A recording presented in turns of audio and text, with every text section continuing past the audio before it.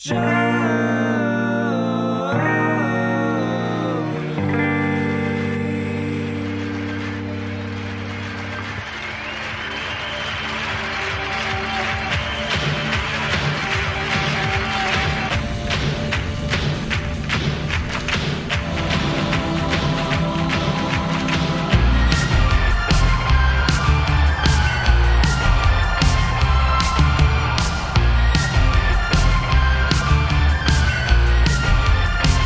hello, everybody. Welcome to Show to Be with Mike G, the show of life, the show of Dallas, Texas, the show of Milk Punch. Today's guest is the wonderful Josh Hendrix, now working for Moet-Hennessey. This is my first foray into interviews in Dallas. I've been to Dallas before, and I keep hearing about all these amazing people, all these amazing cocktail establishments, and I really had to touch base with the first person that I truly spent some great time with from the Dallas cocktail scene. And this interview is an amazing foray into Josh's life. He is meant to be in the hospitality industry. We talk about Guns N' Roses, some skateboarding. Again, lots of skateboarding. But I hope you guys enjoy this chat with Josh Hendrix.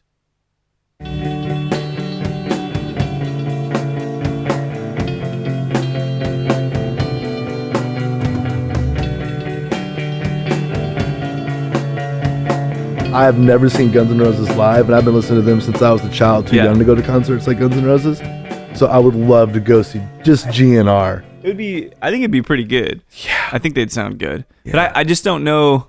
As with anybody, like sometimes you see these guys on stage, because they broke up in probably like 91, 92? I want to say later than that. Later? Like maybe 93, 94. Okay. But yeah, somewhere early to mid-90s for sure. And so they've been gone for 20-something years. Yeah. And so to like step back into it, because Axl looks real fat now. It's really fucking fat. But his voice still sounds good. Does it still sound good? Because I've seen him with his other band like do performances on late night TV and stuff like that. Yeah. His voice still sounds good. That's good. Yeah. That's good. And he's still fashionably dressed, but it's not slim. But hey, you can't. I'm not the fucking Josh Hendrix I was 20 years ago. You know what I'm saying? Like, yeah, but if you had a bunch of money, could you be? Well, if I had a bunch of money, I'd probably be even fatter than that. I'm not doing shit. I'm not lifting a finger. I can pay a full automation. Every fucking person can do all this stuff for me. I love it. But it's good. So it's good to see Guns N' Roses back. Slash is going to do it, but Izzy Stradlin, who's one of the original drummers, totally. What about Duff? Duff's definitely doing it. Okay. But I don't know who's playing drums. I think it's Matt Sorum who's playing drums. That's what I would think. I think, right? But I don't think that Izzy Stradlin's playing guitar, which is why it had that's weird. Some people were up in arms. Was he playing piano then? No, I don't think he's joining them at all. Oh, he's not even. The only ones I know, the three. Those only confirmed so far.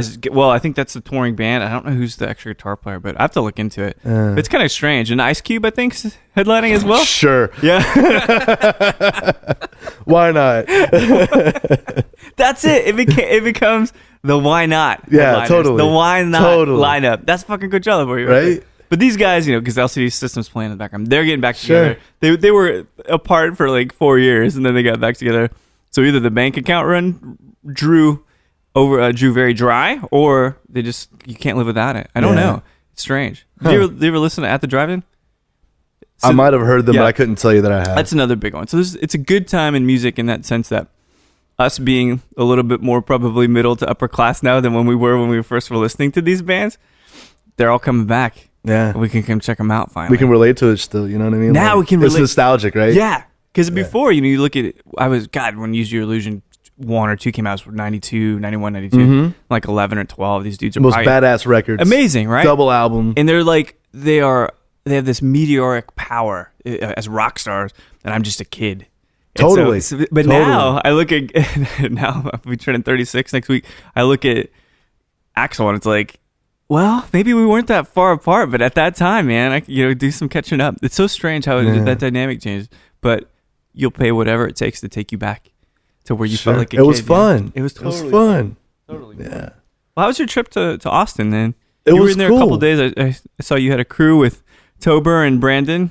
Yeah, so I was doing what I've learned is called a road show in this ambassador role that I have now, and was going to the different markets in Texas, speaking on Belvedere and the new flavor that we're launching, which is Belvedere Peach Nectar. Oh, interesting. And I was introducing that to all the sales teams on the distribution side. Like Glazers and Republic and Yes, stuff. Yeah. exactly. And after I was done with that, I would wake up in one city and would go to sleep in another. So I would, I was like from San Antonio in the morning presenting, then go to Austin.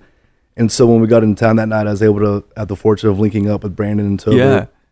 And Bianca Anderson, a good friend of ours, is with us as well. Oh, cool. And the snowball effect kind of happens. We went and saw a movie over at Alamo Draft House. Yeah, what'd you see?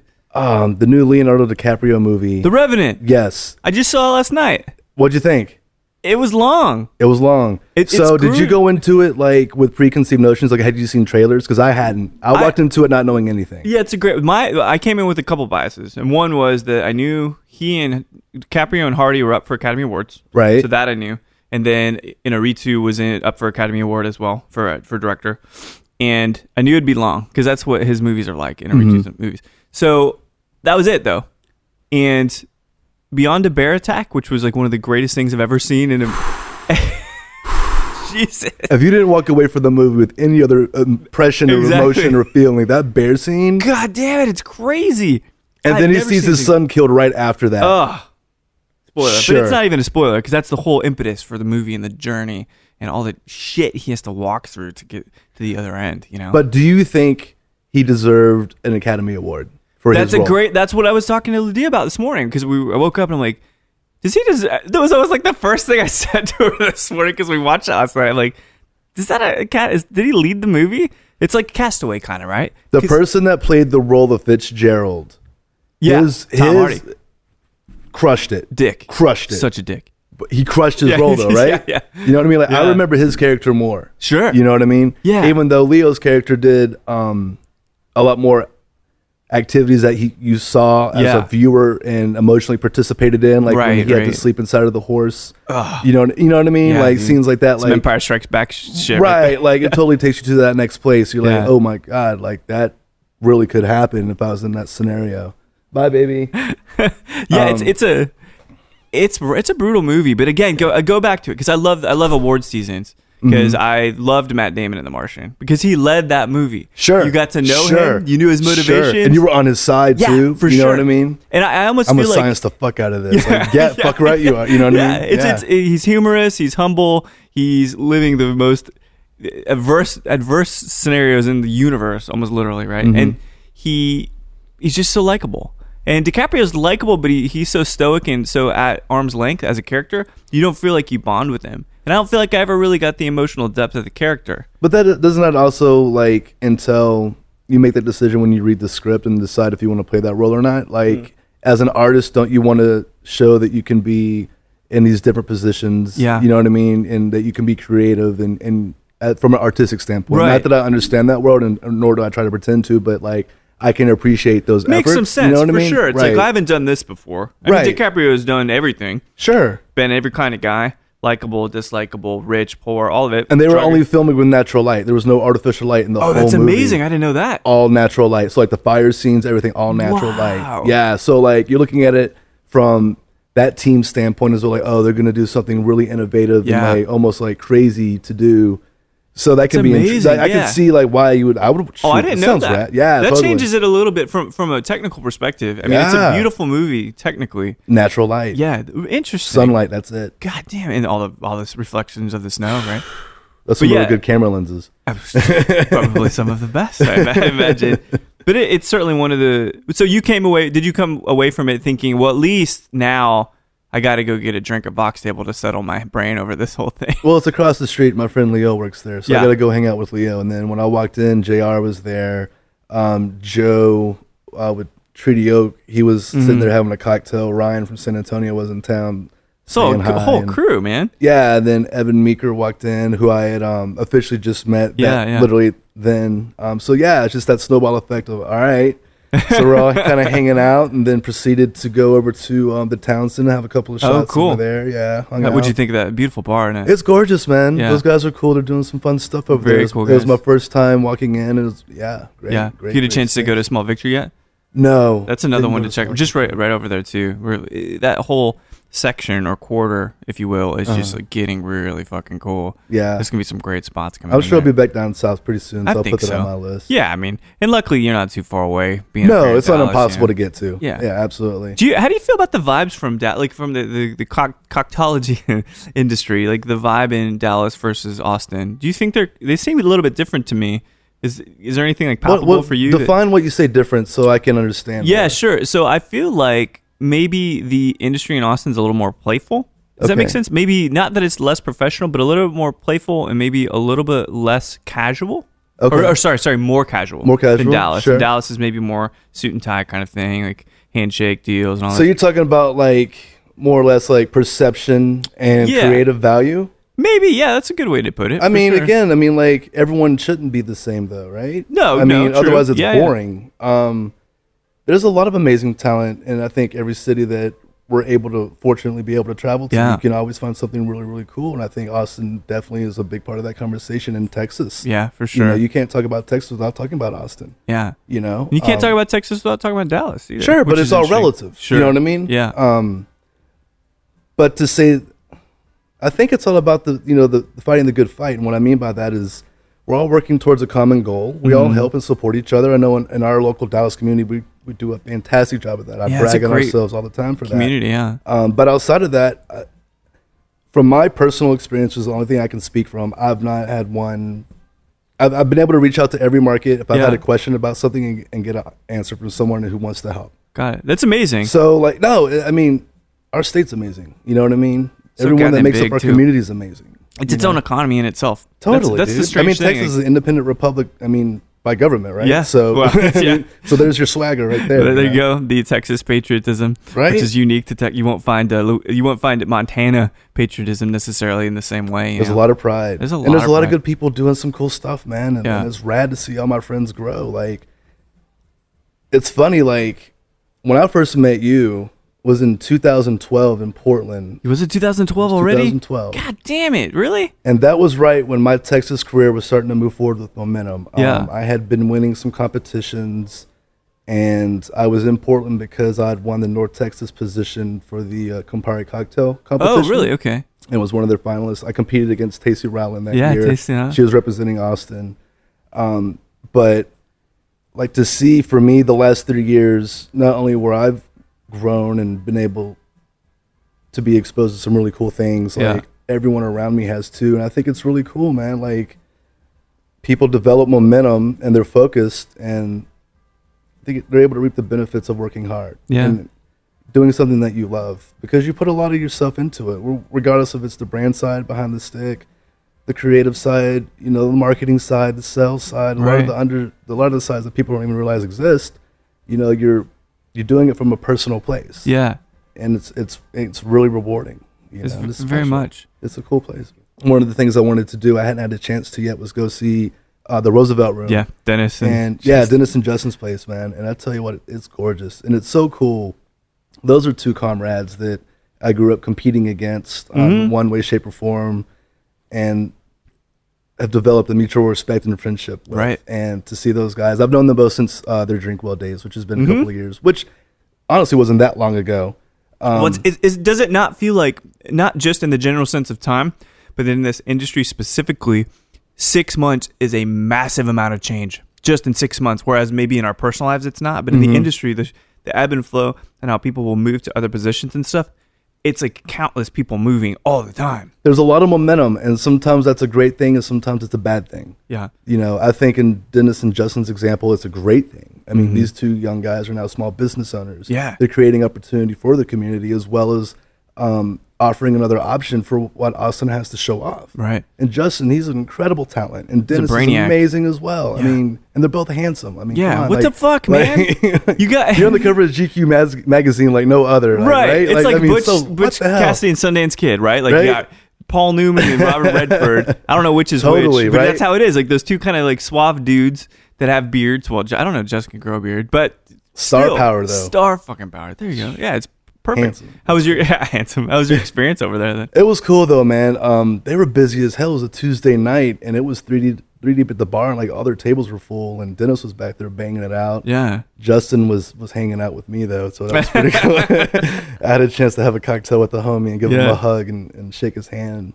But no, it was really cool, man. It was a great energy, great space, and I couldn't be more happy for those people, man. Yeah, they did a great job, and I think probably here sometime in February I'm going to do a Roosevelt Room week, because I've got Dennis and Justin. I haven't put those interviews out yet, but it's great to hear them talk about, because they were months apart. Oh, sure. Or probably about maybe a month apart. But hearing them talk about the Roosevelt Room and hearing them talk about their personal growth and where we caught them like in the midst of all this craziness in their careers and stuff. It's a beautiful time. I bet it's a great story to hear. Yeah, man. It's a beautiful like those guys. Snapshot. Those guys are cool people, man. It's killer. It's killer. And so we'll talk about so Belvedere's got a new product coming out. Then you're saying that is a peach nectar. Correct. So what's different? Because that sounds a little more nuanced than a peach flavored vodka. So sure.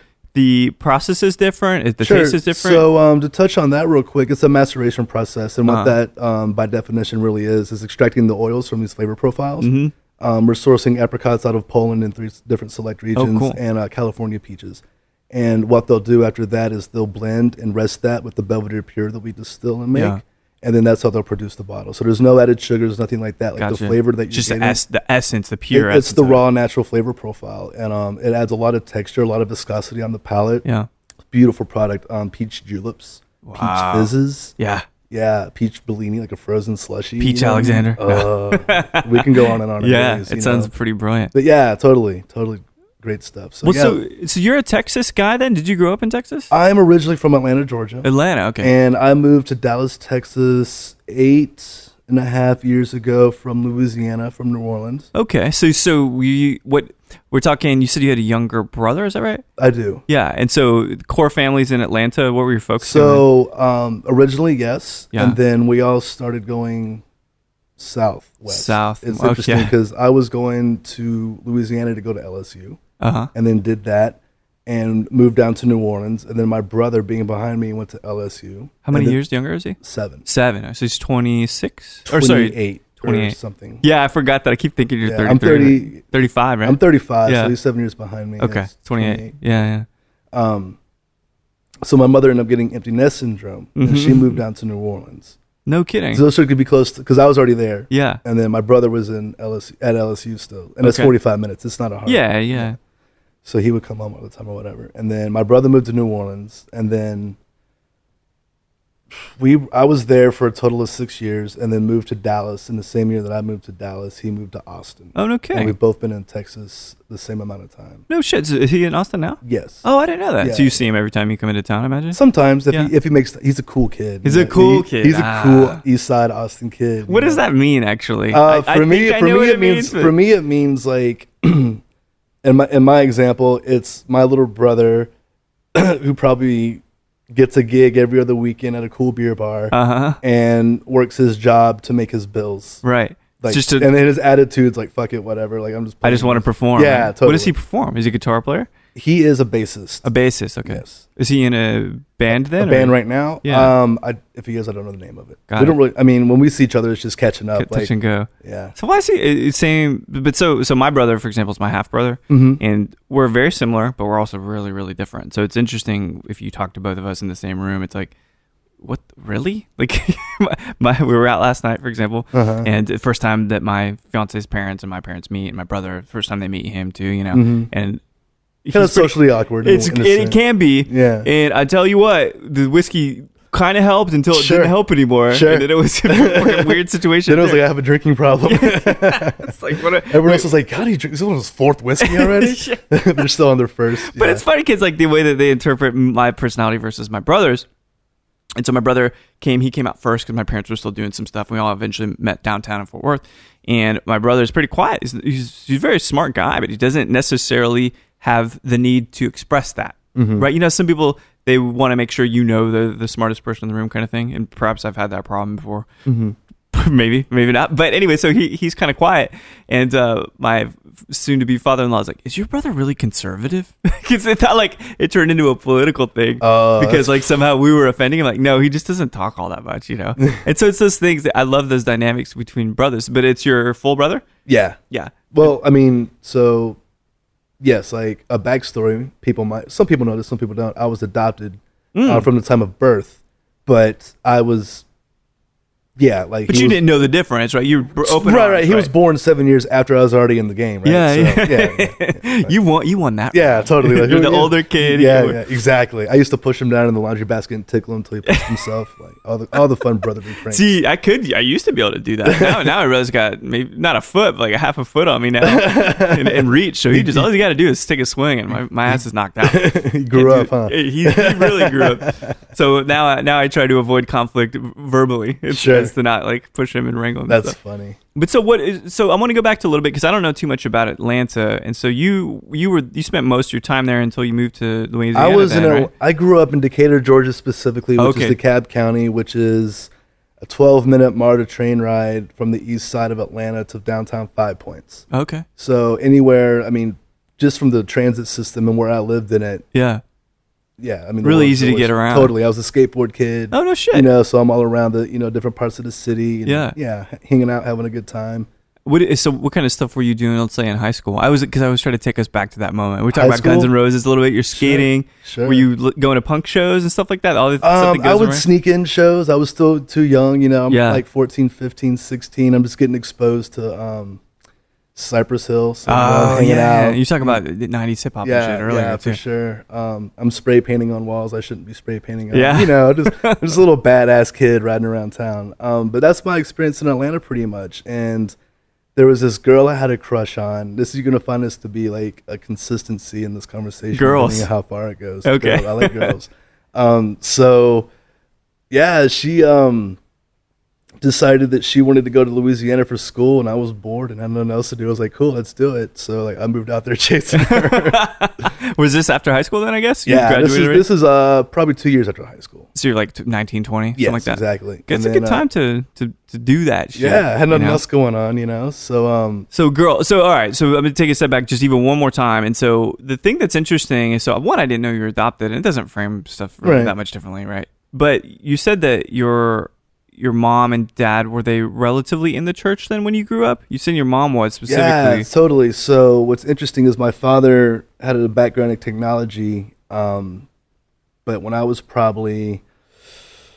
a young kid. I was probably 7 or 8 years old. He had graduated from Emory University with a degree in theology. Oh, wow. And he went on to become a Methodist preacher. Really? Yeah, right? Game changer. And what do you think it was, if you can think about it? Like, what... I don't know. Tech, it like, was what's just that flip? What switch? You flip? know, like, I don't. It's hard to say. Like on a spiritual level, you would say that it's a calling, or it's a notion that, or an intuition that you're acting on. Yeah. You don't question it. Right. You just feel it. You're doing it. Sure. Totally. This is what I'm doing. Yeah. You know. We gotta respect that. No, 100%. Right. So, for me, I haven't had that kind of direction, so I can't really describe it. Yeah. You know what I mean? Yeah, but I imagine it's something very powerful like that. Right. Some kind of just strike to move. Yeah, totally. As they do in the chords. And so for an early part of my childhood, I grew up with that influence in my house. And my mother had an education background with a degree in library science. Was she ever a librarian, or was she just teaching? She was a librarian, and then later on was a director over certain regions. Yeah. I don't know how. Like the works. library system? Yes. Oh, very cool. Yes. So was it safe to say that you have like a pretty good root in academia in the household? Yeah, but I didn't really pay that much attention. No? Why? Just because you were busy? I was observant. I was around it. Yeah. I learned a lot of the good habits. You know what I mean? But that was my norm. I didn't want to do. Yeah, you didn't want to do the normal life isn't stuff. Cool, right? That's what the cool kids are doing, right? So I'm exposed to it, obviously, but I'm not necessarily applying it 100%. It's interesting because I feel like we later in life we embrace the things that brought us to be morally, ethically, right? So being respectful, having integrity, treating women well, which is a big value that I learned with a single mother and stuff. But for a long period of time, it's a big fuck you to that whole thing, and we just rally against it. It's a revolution against everything that's at home, And so you talk about like skateboarding's got to be something that's out of the norm. Spray painting, which maybe just an expression of your artistic sensibilities, maybe. Sure. but it's funny. Like, did you ever circle back and say like, all right, now home is something, and these things that my parents represent, I want to come back to that? I've adopted a lot of that influence, and now that I'm a 35-year-old man, a lot of it makes sense. Yeah. But again, it's only a partial adaptation because I don't have a family life. Like I don't have kids. I don't have 2 sons. You know, and then the social dynamic in the house changed a lot too. And like for me, the real early 90s, like 1990, 91, my father and mother got a divorce. Oh, okay. How old were you then? I was 10 and 11 years old. Yeah. And then fast forward 4 years, my dad dies on his deathbed at 44. Holy shit. Of cancer. What kind of cancer? There was a couple of different varieties. Really? Apparently. It wasn't just one. That's insane. So yeah, experiencing that. So that was a big shift. Yeah. Now it's a single parent household. Right. Now it's a mother trying to support 2 sons on her own with no real assistance. Dude, you know what I mean? so you have that Absolutely. financial stress, Yeah. right? But at the same time, she recognized that and she adapted to it by putting herself back through school to go on and further her education again, to where she could make up for all that. Right.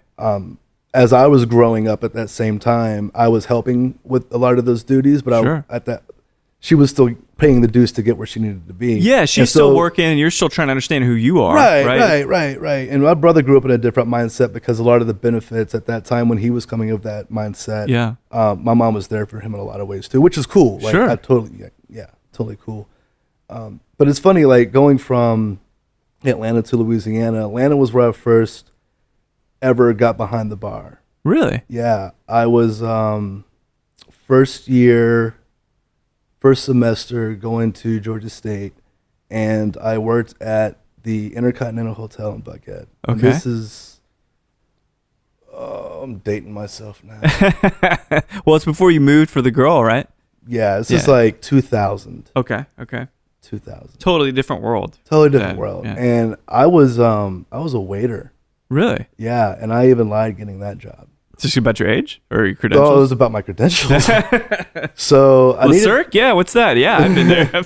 So I needed a gig. I needed to make some money. I didn't have a job, and I always remembered that when my mom and I were younger, we'd go on vacations. She made it a rule that you leave something for the housekeeper, a couple of dollars, whatever. Yeah. You know, it was just a nice great. gesture, right? Sure. For their efforts. And so I remember I was like, well, shoot, I'm going to go work at the ritziest hotel I can think of and be a housekeeper. I'm just going to clean rooms, make beds, whatever. Yeah, It can't be that hard, right? 8 hours a day is steady pay. But when I went in, that person was out to lunch, and the food and beverage director was just walking into HR saying, do we have any applicants for food and beverage? You need it. They need it bad, right? And the HR person was sitting there saying, like, I don't have anything on file right now, sorry. And then she looked at me and said, what is he here for? And I said, I'm applying to be a housekeeper, but they're out to lunch. And she was like, have you ever worked in a restaurant? I said, absolutely. I need a job, dude. This looks like a sure thing. Yes. You know what I mean? Yeah, you don't even have to go through an interview probably, right? Right. You? So like, me. So the interview process was simply, where have you worked at before? And I lied and told her some names of restaurants in Atlanta. Yeah. And she asked me to describe steps of service, so I just described back to her how I'd always been taken care of. I was just mirroring the conversation, you know what I mean? And the first 3 weeks, I was so intimidated. I actually hid in the back of the house for the first 3 weeks and would do like all the side work for everybody. Mm-hmm. I would wash dishes with the dishwasher. I would help at events if they needed help setting up. Sure. Like I was so scared to go on the floor because it's just because me. of people. Yeah. Because it's just me and the guest, and my job is to satisfy them in an extraordinary way. Right. That's intimidating to do I can't when you're imagine. coming from a background of, not really caring about other people, right? Or imagining what it might be like to care about somebody. Totally, right? Like, this is what I'm going to be doing the rest of my life? No way. But I just went out there, and I remember going out there, like, turning my fear into excitement, right? Yeah. Like, that's what happens, fight or flight, right? Like, I can't avoid this. This is going to happen right now. I'm live. Yeah. And I go up to a table and I introduce myself, and this might not have been the most professional thing to do, but I welcome them to the restaurant where they're staying at, asked them about their day, and I told them a little bit about me. Yeah. I said, my name's Josh, and this is an opportunity that I have to be here with you all this evening. This is part of my spiel, right? Yeah, just trying to be polite. Sure. I would appreciate some your patience during my first service. Yeah, right. But I'm excited to be here with you, and everyone was totally receptive, right? Yeah, because it's a nice, polite way to frame the experience. Right, because something bad potentially could happen here. But they won't get mad at you if they're like, it's his I'm trying to do as much like putting out the fire now before it even starts, right.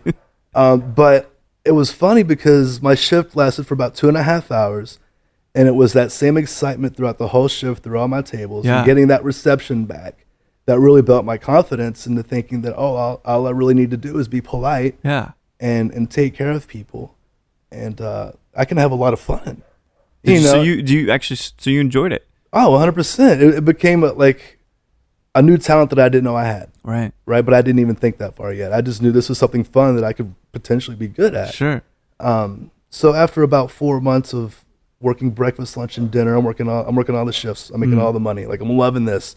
2.5 hours here. Yeah, it's a lot of money for 4 you. 4 hours here. Sure. The money's great. Were you living by yourself at that point? Oh, I'm single. Yeah, dude. It's perfect, right? Yeah, I'm hanging out,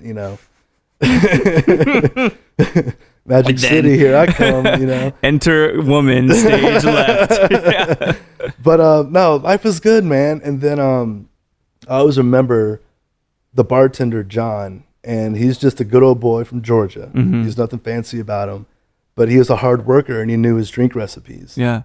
And one day I asked John, because it's all about the money you make, right? I was like, how much money are you making behind the bar? Like, I work 4 hours and I make X amount of dollars. Yeah. And he was like, oh, man, I average. It was like damn near double what I was making. Oh, shit. I was like, what? I was like, dude, teach me how to bartend. He's like, I never will. He's like, why? Because he's got a cush gig? Because he wanted all the money, right? Yes, you know what I mean? But totally, I get it. Honestly, at that time, he was averaging probably $400 to $500 a night, give or take. But keep in mind, we're in a hotel. A lot of weddings, events. Sure. A lot of transient stuff, like people. Business. Yeah. A lot of business travelers, things like that. So it's a lot of consistency. And it was really, really fun. But I'll never forget, there was one night, there was a wedding group that came back to the hotel that he didn't anticipate. And it was a group of about 150 people. And it's just him. It's 11:30. It's like a Monday. Yeah. He's thinking he's going to close down by 12 and get out of there by 12:30. No chance. And I'm just getting cut. I just did all my side work at the restaurant. And I had heard this from the front desk. So I go over to John. I was like, do you need a hand? He was like, yes. Begrudgingly, he's like, yes. Fine, kid. And I said, yo, I don't know how to make anything. Like, he was like, what are you going to learn tonight? So he taught me how to make a Long Island iced tea. He taught me how to make a Cape Cod, a margarita, and a Manhattan. It's good. Good enough. Those drinks. It worked, right? No, totally. And then, but it was funny because bartending is like learning a new slang. Yeah. Already it has a drink name that sounds cool, right? Like a screwdriver. Right. And now you're saying I want a Belvedere screwdriver. Well, if you don't know what Belvedere is, how are you even going to think about, like, whoa, you know what I mean? Right. Whoa. Well, that sounds way too fancy. Right? Yeah. But that was like the beginning of an education for me. Sure. And I enjoyed that energy because it was such a quick interaction. Very much so. I can make people so happy so quickly. Yeah. And lots of more people, more trends. It's just like in and out. People were just throwing money at me. I was like, this is amazing. And my pants are still on. I don't have to take off anything. Oh my God. Like, all I have to do is clean up. Yeah. Fuck. Yeah. Do this all night long. Yeah. So, but that was intriguing. And then applying the rules of hospitality that I learned to the speed of service in an efficient way. And it was just a cool experience. And then learning in Louisiana was interesting. Worked in hotels there. So I do want to know where you met this girl that drew you to Louisiana. Okay. She was a girl that was in the same class as me. Okay. In high school, you mean? Or yes. Okay. We class of 98. Gotcha. Oh, there's the date for you. Yeah. Same date for me. So. Yeah. And then, she was just taking her time. I was taking my time. We were kind of had like a summer fling on and off. Yeah. And then, she was ready to pull the trigger. And I was like, okay, that's, To be official or to move? To go. Just to go experience Louisiana. I was like, I can always come back to Atlanta. Yeah, sure. I'm not doing anything else. Like, let's go see what, New Orleans sounds cool. Sure it does. Baton Rouge is really cool. Yeah. I don't know anything about Louisiana. So, I bartend there at a couple of different high volume, restaurants. Yeah. Mojitos are big. Muddled drinks are big. Pineapples and mint, basils and strawberries, cucumbers and sage, and black pepper's a thing. Right. Which is a variation on a theme. I imagine that first true variation you see. So you get the basics, people ordering the basic stuff that's maybe a little bit more elementary, which is good. But then you're all of a sudden you add in sage, right? Shit, really? It's the first level of modifiers, right? But it makes so much sense. Yo, for sure. It was just but that's that way of thinking, right? Was new to me. Yeah. And so So yes, technically I'm being exposed to craft cocktails, but I'm not aware of that. Right. I'm Which just is aware, even better. Right. You can't get a pompous attitude about it. Right. Oh, totally. You just get it. You just get the knowledge. This is the recipe and this is the job to be done. So you execute it. Totally. So worked that kind of scene for a while, and then eventually ended up down in New Orleans, which was cool, and bartended at Royal Sonesta Hotel for a couple of years. Yeah, that's amazing. Fun. Gotta have the turtle soup when you're there. Just telling you a little insight. I gotta get it. So where's Carousel Bar? Monteloni? Or Royal Sonesta. No, Carousel Bar. No. I worked at Royal Sonesta. Carousel Bar is at the Monteleone. No, Monteleone. There we go. Yeah. Okay. But that's where who you just saw leave, go have brunch. Yeah. Met Marie. You met Marie really? Yeah, she was there for her job. She is,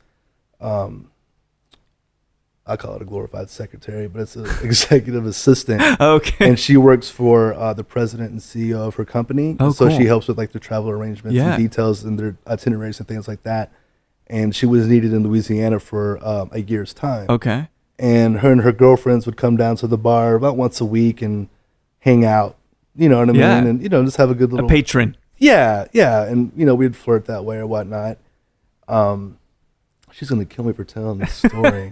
Man, love is a great thing to tell and to share. So funny story though. She ends up having a good time one night and leaves with her friends, and they go out, and then I don't see her for about a month. And I asked her friends, "It's like, where's Maria? I haven't seen her around."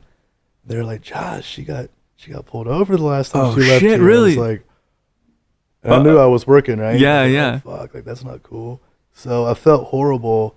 And I offered to take her to lunch, and she accepted, and we went to have lunch, and I was able to help her out and got the DUI expunged. Oh, good. So it was kind of like I just wanted to make good by that. Yeah, absolutely. But in that process, we ended up hitting it off, and then she had to come back to Dallas, like her time was up, right? So this is probably the last 4 months that she was in Louisiana. And so how long total had you been there already? Couple years or months? Six years. Yeah. Oh shit. Okay, so that's a long time. Well, it's a long time to be any single place. Right. It's also, it gives me some kind of frame of reference for how the girl that you followed. Obviously, that didn't work out, and then no. Well, you're young and dumb and full of the blanks. Drinks. Right. Yes. Yeah. All the drinks and all the love. But it felt like a good time then to move out of Louisiana. Love again is kind of guiding you. Well, it was a scenario of I'm not doing anything else. I've been in Louisiana this amount of time. Like, been here, if I can it. express like how amazing this is, like the chapters in your life, I'm telling you, punctuated by like your hands are up, like I don't have anything else to do. Yeah, it sounds like a good idea. Let's do it. I mean, but at the same time, it's like it's giving an opportunity a chance to be the most that it can be, right? Yeah. Because it's like here's an opportunity to do something really cool. You're totally open. You can either have the story to tell later on, or you can live it, right? Yeah. And so, I like to live as much as I can, and part of me doing that is, going on journeys, and these are part of those journeys. And I'll tell you what, like, and this is something that I hope we had I feel like one of my favorite, most memorable moments, like in this industry so far, right? And that is that, like, we were at Portland Cocktail Week, and I don't know what the fuck we were really trying to find a legitimate speakeasy, if I recall, something like that. Do you remember that? So we ended up walking the streets of Portland at like 2 or 3 in the morning. That's right. And we were just sitting talking like you do. And it took me back to a time when I was younger. We're like, we're going to go walk all the way to 7-Eleven, go get a Slurpee, and then walk back. The same equivalent. Same fucking thing. Same equivalent. We got this thing we're looking for. We're going to go get it, and then we're going to walk around. And then all those times, and I remember some of the best conversations with my friends in my teenage years and all that kind of stuff happened because we're just hanging out, just kind of doing that. And so that was an amazing moment. And so from that point forward, I was always like, man, Josh is a really good person. Mm-hmm. Not because you don't necessarily get into people revealing how good of a person they are in such a short amount of time. You know what I mean? I mean, it's like I don't have time to waste. You don't either, and it's like it's frankincense. I don't know. Yeah, like, dude, it is. It's really just it's don't be a dick. Isn't that kind of the golden rule? Like, don't be a dick. Dude, that's right. People complicate this stuff, and I get it. Like, there's a time and a place where you need to be very detail orientated and matter of fact. Right. Absolutely, I get it. But overall, if like your general attitude, I don't agree with that. Yeah. There's no point in being curt all the time. No, totally, man. Like, why? I mean, it's all right. Don't you already work hard enough? Yeah, exactly. And now you want to be angry in your off time? No, you want to work and put effort towards being a dick. Exactly. What's the point? I mean, I like to have milk punches at 11 a.m. with my friends. Fucking right. Well, this one particularly. So let's talk about this milk punch. And we'll absolutely transition into what I feel was a very lush, rich Dallas career, and then you working. It's Moet, right? Moet-Hennessey is who I work with. Yeah, now, but for the time being, I'm accustomed to sharing one of my bottles with my guests, but here in Dallas on a Sunday afternoon, you so kindly, not only Marie brought some Mexican pastries, which are fucking delicious, but you made a milk punch for me. It's Sunday in Dallas, dude. We brunch hard. It's amazing. So tell me, what do we got in this milk punch? Which was I'm done with it, by the way. So it's obviously quite good. So I use Hennessy VS cognac in this, which is a blend of up to 40 eau de vie, aged from a minimum of 2 to 8 years old. Wow. You're gonna get a lot of oak spice and really good, like beautiful baking spices. Clove comes through as well. I paired that this morning with some vanilla bean ice cream. Already, there's nothing wrong with that. It's already perfect. It's you know what I mean? Amazing, yeah. And a couple of dashes of Angostura bitters for some aromatics and a little bit of complexity. Right. And then a little bit of mint. I like the way it's fresh on the nose every time you take a sip. Whenever I have creamy drinks, like mint's really refreshing. It cuts it. It cuts the fat. Totally. Absolutely. Yeah, it's a sensory experience. So, yeah, man, there's a little bit of Louisiana for you right there. The milk punch, that's part of it. Incredible. Yeah. I'm gonna this is my final. This was a nice full glass. Yeah, but now it is not. I'm gonna join you in finishing mine as well. Prost! Thanks for making this drink, man. It's fucking delicious. So you come in because love is such a wonderful introduction to travel. That's real good. So you spend your 6-year rough stint in Louisiana, and then you've got at least some kind of stability because this person you love, you're kind of moving. And were you guys, I imagine, really serious by that point? Or were you just I'm going to follow? At the same time, you don't want to be imposing. So, I moved out here and I got an apartment in a design district. And then we continued dating and seeing each other. And then, after probably about, at the 18-month mark, we'd already moved in together. Cool. And, she started wanting to, buying a house and family type stuff. Right. I'm like, whoa, this is getting crazy. Where do you stand with the family thing now? I always have to ask myself that too. Man, it's cool, but it might sound selfish. I like what I've got. It's not a bad life, is it? No, dude. I love my friends' kids and I love my friends with kids, but part of the conversation is, they had to get up at 3 a.m. or 4 a.m. It starts to define them. Someone else starts to define them. But I get it though. It's because at that point you got to live for something beyond yourself. Sure. I totally understand. So that's absolutely, you're totally right. And I think that's really a lot of the momentum as to why people have kids a lot of times is that not that they don't feel a greater purpose in the universe or the world. It's just that they feel like maybe the best expression of my purpose is through somebody else. Right. And you might agree with this, you might not, but I don't feel that way. Right. I feel like it's my responsibility singularly, maybe with the staff, right? But it's it's my responsibility. You've got money, Mike G. You got staff. I do not have staff. I meant staph infection, Josh. That's what I've got. That's a great reference too. No, but my impression is that I want to inspire other people. I want to have some kind of accessibility, and then people think that they can also do amazing things. Not to say that I'm doing amazing things, but if people think so, it's great. If I can inspire them to do that, and that's the way I can pay it forward. I'm not ready to pass that torch to another being yet because I'm not even. I'm far from fucking being done. Right. My attitude right now is if it happens, that's amazing. Sure. I will be so excited. Yeah, you'll be a great dad. You know what I mean? Yeah. But I'm not planning for it. But I'm prepared for it. You know. There's a lot more things I want to live and discover first. Absolutely. There's a lot more growing I need to do as an individual and as a man. Totally. I don't know when that ever ends. That journey doesn't ever end. That's a great question. Right? Because I think that's part of the understanding, though, developing, knowing that. Yeah, that's a good point. Yeah, it's it. Because wouldn't that be the overstanding then? Understanding that you won't understand everything. I love that. Yeah, that's agnosticism. Is that right? Agnosticism. I don't know. Where you understand that you don't know. Yeah. But so you get into Dallas. What was the first gig that you had here? It seems like you had a pretty good pedigree at that point. Working. So coming to Dallas, didn't know anybody. This is 2008. Mm-hmm. I work at the Sheraton Hotel downtown Dallas, and I get back into that. Hotel gigs are accessible. Yeah. They offer benefits, a great hourly wage, sure. Good tips. Yeah, it's corporate. So, it's a good gig. Yeah, totally good gig. So do that, but knowing that I want to get involved into the Dallas community. Mm-hmm. So after about a year of that, transitioned into working for the restaurant group Eddie V's. Eddie V's, okay. I opened Yeah. the one they have here in Dallas. No kidding. That's, well, wow, when was that? Two- 2011. Yeah. Maybe So not too 2010. far ago. Is that the only brand they have? Eddie V's? Yeah. Is there a couple of different ones they have? Well, a couple of years ago, the group that owns Olive Garden and Capitol Grill, Darden, they bought Eddie V's. Oh, okay. That was one of the reasons why I left. Gotcha. Totally changes the culture of it. I Right. imagine. So, so again, transitioning to the Dallas scene, that was, me getting to local restaurant level. Still trying to discover where the cocktail scene is in Dallas. Was there one then? There was, but I wasn't aware of it then. Yeah. I didn't learn until later where it was happening. I was kind of going to the wrong spots, Mm-hmm. but eventually met up with the cocktail scene in Dallas in 2012. That was when I joined the USBG, became real active in participating in that, meeting a lot of those members, being exposed to like Balsa Ricardo for the first time, which is where a lot of the Dallas names you'll hear, like Eddie Lucky Campbell, who now owns Parliament. Oh, does it really? Okay. Yeah. You should definitely check it out while you're in town. Yeah, I need to. I wish I weren't closed today. Oh, yeah, that does suck. But anyway, he's here. Mike Martinson at that time was at the Mansion. I didn't know Mike, but he was someone who was here.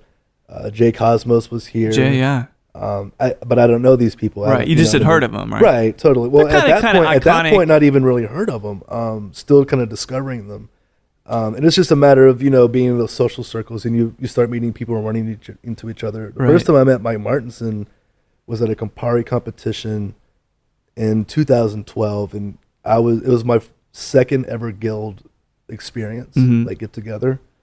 And I just wanted to observe and pay attention to what a cocktail competition was, what it meant, kind of study it and things like that. And I remember like introducing myself to him, and at the time he was on his computer looking at the science of perfumes and aromatics. Oh, which is a brilliant with French technique. fundamental. And I was like, oh shit! I was like, that's a great idea. I was admitting that I was like, I'd never thought like that. Yeah. I was like, duh. Like you spank the mint, it's an aromatic. It's again just like understanding what you're doing, you know. But I remember walking away being impressed by that. And a couple of my friends, like Julian Pagan, I'd worked with at Eddie V's. It was my first time seeing him again since then. And he was working over at the Cedar Social, which was Mike Martinson's spot then. There's a couple of cats I remember meeting. Anthony Polo, who's around Dallas a lot. Was Andy Arrington up here then? No, I met Andy during my Bar Smyth days, and that was 2013, 14. Yeah, something like that. 2013. Yeah, it was an 8-month project, but I remember Andy being recommended to us, and he came on board. And he was an interesting fellow, man. And Andy's smart as hell, though. He's so smart. People don't understand that guy is, man. He has a grasp of detail like very few people I've met. He's a smart journeyman. That's right. Yeah. Because he is craft, like beyond cocktails, beyond cooking. Oh, growing food, agriculture, process, all of it. It's lifestyle. He's a Renaissance man. Totally. Of that stuff. In the most modern way, though. Yeah. Oh, sure. I used to get aggravated with him because he's not fast at bartending, but I couldn't argue. Being smart's not a fast journey, Josh. No, it's not. You learn that, right? Yeah, that's right. But yeah, like working with Andy was a lot of fun. He's a great guy, and I had the pleasure of seeing him at Tell's the last time we were together. And that was really cool to see him. And I follow him on Facebook and stuff like that. I don't see him as much as I'd like to, but he's doing great work in Austin. It's great to have him. Great, we recruited him into Austin. Oh, totally. Yeah, it's an amazing thing. So what I kind of on my radar, let's put it this way. So I'm in Austin, stuff's kind of happening. You talk about 2013, 2014, and all of a sudden I start seeing this stuff about this bar called Bar Smyth. Yeah. And I'm like, this feels like something like we have Midnight Cowboy in Austin. Sure. It feels like that in Dallas. That's a concept I like, and there's got to be some dudes with some big fucking balls to put out a like if you cancel your reservation without notice kind of thing, like fuck off, right? Like that's an amazing piece. I mean, that was probably something more just fodder for Eater or whatever, wherever I read it at the time. But this seemed like this was maybe a cocktail mecca coming to be. Well, that was the brainchild of Martinson. Mm-hmm. That was the first project that I worked on with Omar Yufun. That's where Will Croxville got his first ever opportunity. That's where Ryan Sumner was an active apprentice along with Charlie Tips, also known as Daniel Farron. That was the team. That was Bar Smith. There's also Mate. Mate, yeah. He was there 1 day a week. You also, if you look at FKA as a whole, formerly known as, because we left the projects, the Cedars and Bar Smith together, that also includes Trina Nishamira, that includes Moby, that includes Mike Steele, and a bunch of other people that I need to be naming and just can't think of right now. I'm taking notes. There's lots of people to talk to. It's you know, I mean, but these are all good people that stand for the right things. Yeah. And, you know, they flock together, don't they? They find a way to meet in the same place and build this ideology. It's a culture. It is. It's a culture. For sure. You know, and we're all, I mean, we have each other tattooed on our bodies. It's amazing. You know what I mean? Like, it's a big deal. Yeah. Yeah. It's really cool. You know, it's, everyone wants to belong to something. And it's sure. really, you know, something that they can rally behind. Yeah. Something they can support. Totally. It's built in ethics and built in knowledge and all of this, you know? I got some tough brothers and sisters out there. That's amazing. How was that experience working over there? Oh man, it was mind blowing. It made me pay attention to everything. Yeah. If I thought I was good before, I wasn't anything now. Right. And again, every bar experience is a level of learning, and being there, my flavors were already on. Mm-hmm. That was a reason why I was given the opportunity to be a participant in that program. Yeah. But from that, my garnish game definitely increased. My presentation in glassware, I thought about more because now I had all these different options versus like your basic 5 glasses that you might have in a bar. Now I'm working with vintage and crystal. A new scale to put into a song, right? Yeah, dude. It was like the fine dining of cocktails, if you would. Right. That's a great way to put it. Yeah, but I mean, the whole goal there again was to be hospitable and offer something to Dallas that Dallas hadn't seen before, but more so than that, for Texas to be recognized. Yes. Yeah. You know, just to bring more attention to our state. And that was, you know, going to be that part of that contribution. Right. There were other plans down the pipeline as well. From that project, that was actually project 2 that was supposed to launch second, which ended up evolving into project 1 before the other project was developed. So there was going to be 3 more behind it, and it just didn't work out due to business disagreements and conversations I wasn't a part of. But it was a great time, man. During that time, Omar's winning competitions. I'm winning competitions. You know, we're both traveling. We're meeting new people. We're able to represent a great brand and a great product. It was a good time, you know. I mean, do you look back at?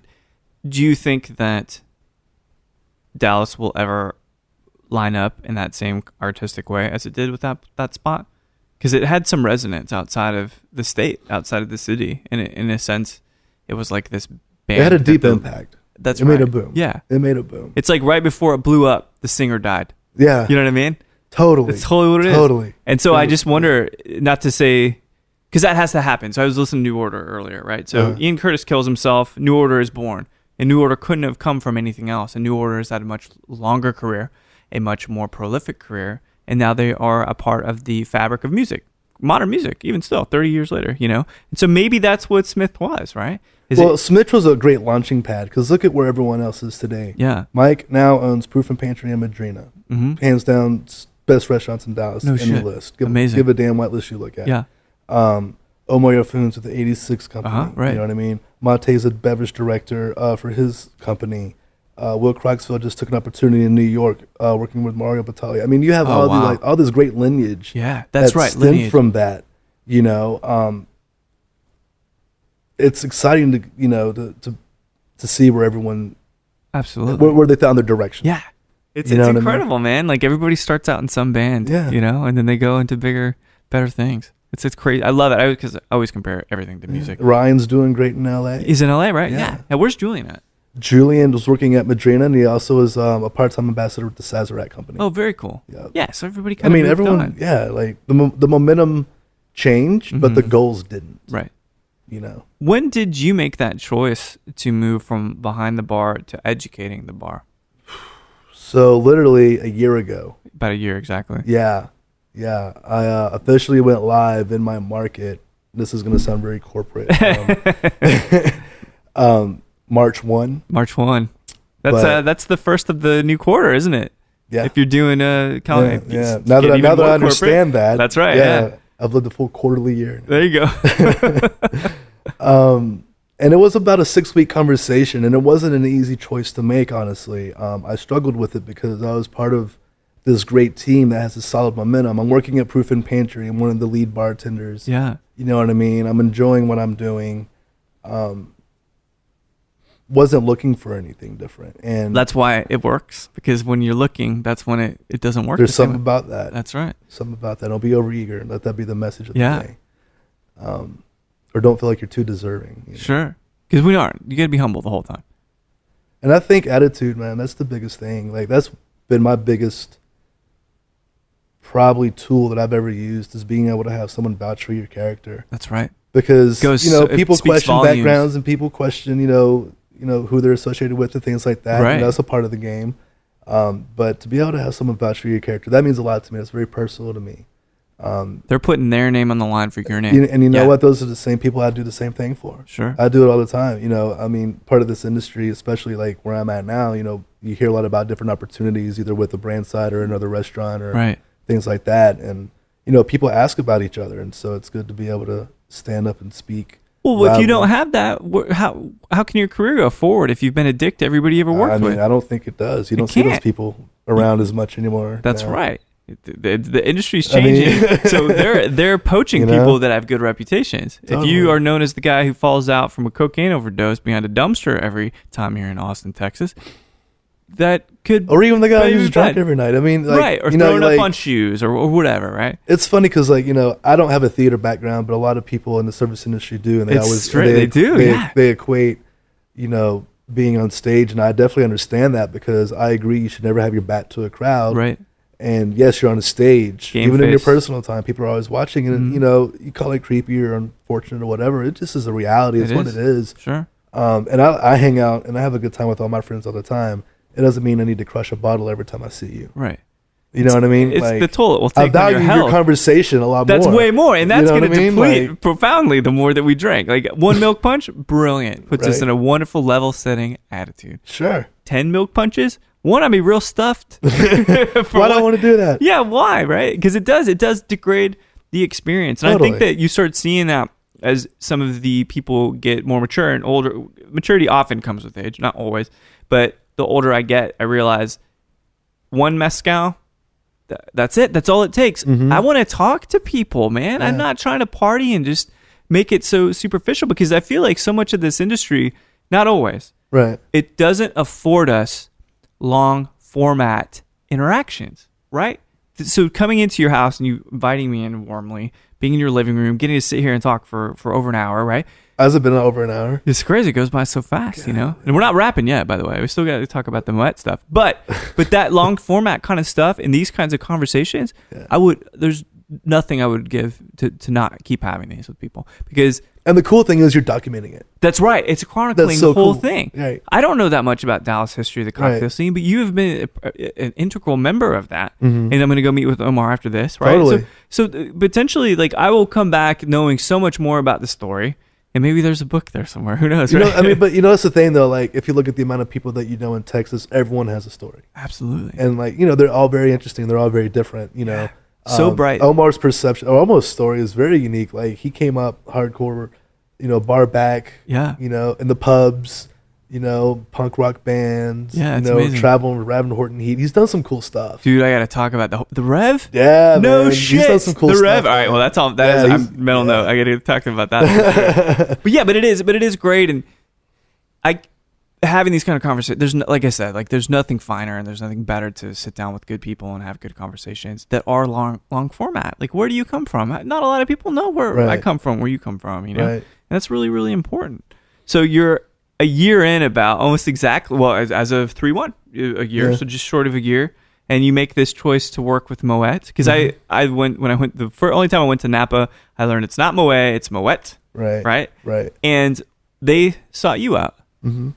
They knew that you had Well, class. They knew that you had integrity, all that stuff. They didn't know that. I guess that comes back from having, positive vibes in your world. They had people vouch for me. Right. So it was a position that was created in January of last year, and it needed to be filled by the middle of February. Oh, shit. So my director, my boss, my manager in New York, he put this together in a short amount of time. So he had to reach out to his global network. Right. From doing competitions, met Juan Coronado, part of Think Food Group out of Washington, D.C. He works with bartending. He also does a lot of work with Bacardi. Okay. I met him on the Bacardi Legacy cocktail competition circuit. And we had pleasant conversations and things like that, but it had always been short. Right. You know? Short format. No, totally. But he was able to, as one, a judge, and two, as a mentor, was able to critique and, look and your character and give you advice. And he understands talent, probably. Sure. Or absolutely. Yeah. And my manager, Joseph Solis, had reached out to him, and he was kind enough to mention my name. And then he also had reached out to some people he knew in Dallas, and my name again became part of the conversation. Right. So I was asked to interview, and I'm probably one of 15 to 20 candidates. No kidding. That are interviewing for this position. So, that's never exciting knowing that. No, it's not. The odds aren't in your favor, But right? at the same time, it's always cool to have a conversation, right? Yeah. So the conversation was great, and then it just continued. When it came time to make a decision, though, I talked it over with Martinson, who I worked very closely with, and him and I, before this brand conversation came into place, had other opportunities that we were discussing together and things like that. But he had, he allowed, I'm not gonna say allowed, but we had the conversation to He where supported it, Yeah, right? he totally supported it. Like, recommended that I do it, have a great experience. Like, you'll see some cool stuff along the way. Yeah, you know what sure. I mean? Why not? No, totally. Right. And so, I decided to move forward with it, and it's been a year now. So it's been a great experience. My role has changed quite a bit. What's the official title now? Oh man, mixology ambassador. Got it. Okay. I'll give you one of my cards. Before Yes, you leave. please.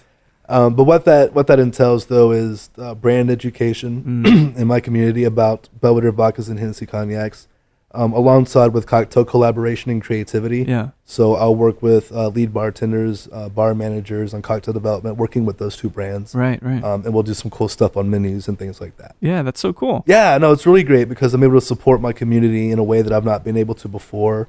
I'm also very integrated with it now too, so it's a lot of fun. In Belvedere, I tell you what, and a lot of people don't know this about me, besides the few friends I'd go drinking with in my early 20s. It was Belvedere and tonic for me. Sure. All the time, Why man. not? Yeah, and it was good. It's good stuff. And it's a great brand. It's got a good reputation. It's good quality. Vodka gets a lot of shit, and, some of it's purported by me, but it still has its place. I'm realizing it still has its place. No, absolutely. And the thing about it, any successful bar, you're going to have a vodka there. You have to. You'd be crazy not to. Yeah.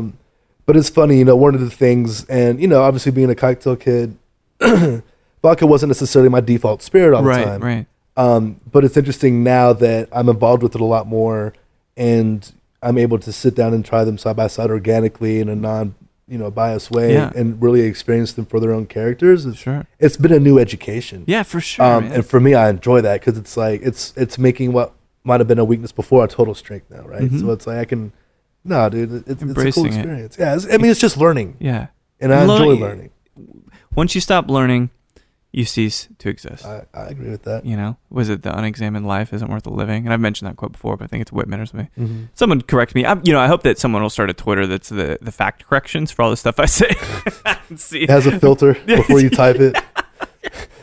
Or they'll call me out and be like, well, actually, blah, blah, blah. It's like, well, you know what? I don't give a fuck. It doesn't really matter. You should go on Periscope. You could do that on Periscope. Yeah? Maybe I'll do it. Are you familiar with Periscope? No, what is that? Oh, dude, it's powered by Twitter, but it's live video feed, and you ask questions. Oh, so it's like ask me the Reddit So stuff? it's you and I having a conversation, just like say you're hosting the feed. People would type you questions that you would read live, and you would answer them verbally. Oh, that's really cool. And they have like the background of wherever your camera, like it's on your cell phone. Amazing. Yeah, it's super cool. God, we'll get at least 2 questions by my mom. And maybe Marie. Maybe Marie, yeah. Wonder what Josh thinks about this, right? What to see. That's Do you funny. see yourself open up a spot? I always ask everybody that. You know, it's always part of the conversation. You know, it's always, but timing is important. Sure. Money's important too. Oh no, absolutely, absolutely, money's important. You can't ever argue that. But I mean, beside that being the obvious, I mean, there's still certain career goals that I want to hit within what I'm doing. Yeah. More so to prove to myself than anything else, and ownership's part of that conversation. Yeah. You know. Until you fully are responsible for those P&Ls, to go back to the corporate speak. I mean, yeah. I mean, there's some paperwork to it, but it's just like, I mean, it's not. It doesn't consume my whole day. I mean, it can at times. Right. Don't get me wrong. Well, that's what I'm saying is that transition may, in fact, consume your whole day. You know? Yeah. I mean, it's funny, the transition. The transition. I learned that this is a lonely job. Is it? Why is that? It's just you now. Like, Yeah. you know, I don't go to a bar and work with my team. That's true. I don't have guests to please and surprise every day. You're a seed in a much larger network, right? Dude. And I can't imagine you guys meet more than probably once a quarter or something, right? It depends on who I'm meeting with and what Yeah. I'm doing. But yeah, people don't anticipate that. So if you're thinking about becoming a brand ambassador, understand. And there's a lot of conversation about this, but always do your research no matter what it is in life that you're going to decide to do. But, you know, understand that sometimes it will just be you. Yeah. You know, your friends are at work bartending. Right. Or they're sleeping and it's Monday or afternoon. they're sleeping. Yeah. It's Monday afternoon. You know what I mean? You're on the computer at 9 a.m. Totally, right? Yeah. Yeah, absolutely. It is. You're It's live. tough. You're It's time to go. Let's get it You in. have to, and you start And you have sending emails. you got lunch meetings by 1:30. Right. Yeah. You know what I mean? You got to go out and support that night. Like And you have to moderate. You have to be on time. you got to plan and schedule. You have to plan and schedule. It's There's a lot a of lot of- details. There's a lot of details. Do you think most people from behind the bar are equipped to make that transition? No. Probably not, right? And I don't think you should be behind the bar anticipating to make that transition. Yeah, that's a good point too. You should be behind the bar because that's where you belong and that's where you feel. To me, the bartending is the best job in the world. Yeah. It's given me any opportunity I've ever asked for. So it's a wonderful platform for so many Best people, man. platform for anything you want it to be. We go back to talking about Dennis and Justin. I mean, they had this. Everybody has to kind of start. You pay your dues. You have to do that. And You got to get experience. You have to have an education. You can't expect to fast track your career in 2 years. Right. You're retarded. yeah. That's not. Oh real, yeah, that's like not you real life. expect to be. Are you expect do to be a you wanna small be business VP? owner from a bar back in 2 years. Yeah, you Sit want to be a down. VP in 2 years and understand every aspect of a business of which there's hundreds of people reporting to. That's really what you want. Yeah. All right. Well, I'll watch you peril in flames because you have to There's spend no way. so much time, dude. There's no way. Yeah, you got There's to not enough learn. hours in a day. There isn't, and I almost think you can't be 25 and do it. No. I don't know that it's physically possible. This next generation scares me. Yeah, it is a slight. And got it. You know, it's. I wonder if it turns into this ageism thing, like where my parents. Oh, they don't It understand totally the is. It music I totally like. is because we're getting older. What else we have to talk about? Well, shit, there's a lot to talk about. Whippersnappers. Yeah, whippersnappers. But I'll tell you what, though, and one on this note, there's been some amazing people I've met that are really pretty young, and they've got wonderful focus. They understand what it takes to be on time, what it takes to carry themselves in a professional manner, and not party to the nines every single night. Because you'll perish to that, you know, in that kind of lifestyle. But it's been amazing sharing the milk punch with the Hennessey, sure. man. Hennessey VS. We're gonna have one more before you go. Might as well. We'll see. It's been amazing. Your cat is adorable. You have an amazing living room, man, and I can't imagine spending a Sunday afternoon in a better way, Josh. It's been a pleasure getting to know you Cheers. better. Thanks for man. having me. This has been a blast. Likewise, man. Talk soon. Thank you. Well, there you have it. Josh Hendrix of Moet-Hennessey, a Hennessey milk punch with a vanilla bean ice cream with a side of Mexican pastries on a Sunday afternoon in Dallas. How's that sound? It sounds pretty delicious, doesn't it? Had to take a picture so that I could always remember that warm, amazing moment in which Josh invited me into his house and we got to drink some delicious, delicious milk punch. Have to say that there's nobody I would rather spend time with, bro time down with, if you will, on the streets of Portland at 3 a.m. in the morning, looking for a cocktail speakeasy that does not exist, than Josh.